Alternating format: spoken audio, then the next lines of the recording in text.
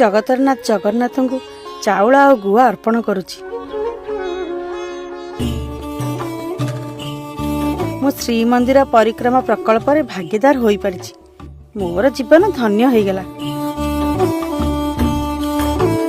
ଓଡ଼ିଶାର ସବୁ ପରିବାରକୁ ନିମନ୍ତ୍ରଣ ରହିଲା।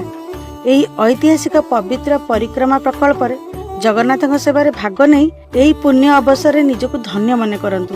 8000 ଜଗନ୍ନାଥ ରଥ ଓଡ଼ିଶା ସାରା ସବୁ ପଞ୍ଚାୟତକୁ ଆସିବ ଏବଂ ସଂଗ୍ରହ କରିବ ଶ୍ରଦ୍ଧାଳୁମାନଙ୍କ ଅର୍ପଣ।